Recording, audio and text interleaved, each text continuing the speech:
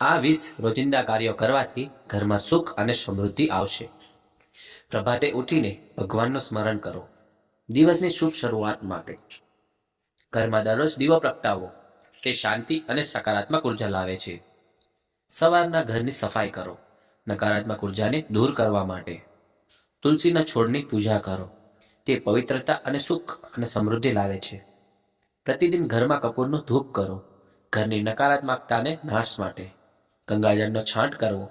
ઘરને પવિત્ર રાખવા માટે. નમ્રતા અને પ્રેમથી પરિવારજનો સાથે વાત કરો. ઘરના સંબંધ મજબૂત બને છે.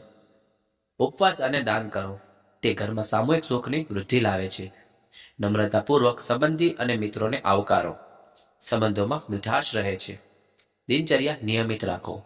આરોગ્ય અને શાંતિ માટે ઘરના દરવાજા અને ખૂણામાં દીપક મૂકવો. સુખદ ઉર્જા ઘરમાં રહે છે. મીઠું અને પાણી વડે પોછું મારવું. નકારાત્મકતાને દૂર કરવા માટે. ખોરાકને બગાડશો નહીં. ખોરાક આદરપૂર્વક સમૃદ્ધિ લાવે છે. ઘરમાં તાજા ફૂલ લાવો. તે શાંતિ અને ખુશીને પ્રસાર કરે છે. ભોજન પહેલા પ્રભુનો આભાર માનવો.